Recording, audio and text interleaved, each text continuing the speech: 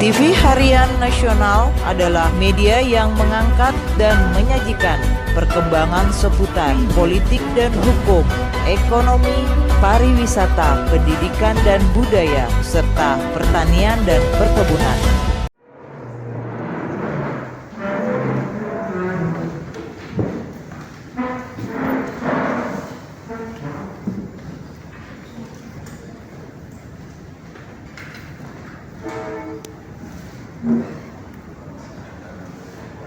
Kami concern justru adalah berkaitan dengan beberapa bukti yang dihadirkan. Dan bukti itu dipaksakan seolah-olah untuk agar disiapkan. Karena menghadirkan suatu bukti yang itu adalah dokumen elektronik, itu ada caranya. Itu jadi concern, makanya tadi tanyakan apakah juga ada laporan tentang date created, date modified, jadi sama-sama mirip-mirip. Nah, itu kita bisa lihat, itu bisa dibuktikan. Lalu kalau tadi diterangkan juga berkaitan dengan apa yang disampaikan juga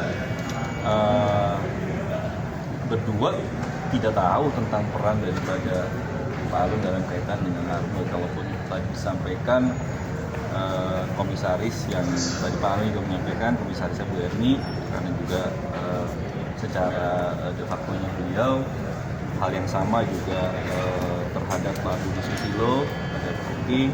Dan kita lihat juga ada peran daripada orang tuanya kita, Rani Anandita, dan itu juga makanya kita minta dihadirkan. Ini kan ngomongin soal manajemen banyak kan. Jadi tadi pertanyaan jaksa berkaitan dengan manajemen daripada PT Arme, tetapi yang dihadirkan karyawan yang nggak nyambung. Kalau mau nanya soal data manajemen ya manajemen ya. Direktur misalnya Efek Wijayanto, kalau berhasil menghadirkan Efek Wijayanto tuh hebat ya saya rasa. Karena nggak mungkin bisa dihadirkan. Tahu kenapa?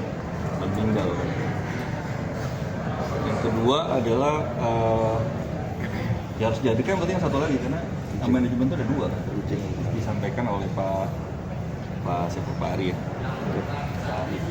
Lalu juga Pak Ari menyampaikan satu hal yang menurut saya adalah krusial, adalah ketika jaksa mengkonfirmasi berkaitan dengan invoice, ya, invoice 2004, 2005, 2006, 2010 yang ditujukan kepada PT Airfast. Pertama, invoice itu invoice kosong, ya. Jadi kalau kita bilang datanya itu dokumennya belum ada apa-apanya, karena itu bukan data yang dikirimkan, jadi nggak bisa kita bilang itu sebagai bukti. Yang kedua, disampaikan juga oleh saksi Pak Bahri. Pak Bahri menyampaikan bahwa kerjasama Airfast dengan Arme itu cuma sampai 2005. Kenapa kok bisa ada invoice 2006 yang dihadirkan? Itu invoice-nya dari siapa? Itu kan karena invoice-nya digital, ya, dokumennya bentuknya file, nggak ada tanda tangan orang, di-create, di-modify, yang lainnya kan itu gampang saja. Itu yang menurut kita nggak bisa, itu data yang nggak jelas umplungnya tiba-tiba ditanyakan dan terkadang terkesan dipaksakan. Dan beberapa kali keberatan saya adalah karena ada saksi tadi Pak Ari itu ditanyakannya adalah pertanyaan yang sifatnya situasional, nggak boleh. Kalau Bapak sebagai PNS Bapak melakukan ini benar-benar bisa, itu nggak boleh. Pertanyaan itu diajukan. Nah, itu adalah pertanyaan yang bersifat menjerat. Mungkin saya keberatan. Meskipun itu saksinya orang, tapi menurut saya kalau ada hal yang tidak sesuai dengan wawancara, saya akan teriak. Nggak boleh gitu caranya. Cara bertanya juga nggak bisa begitu. Jadi pertanyaan yang sifatnya pendapat ditanyakan. Itu Anda tahu PMK 111. Itu kan bukan kapasitasnya menjelaskan PMK 111. Maka tadi hakim sudah bilang itu sampaikan pada ahli. Dan ternyata PMK 111 itu PMK tahun 2014.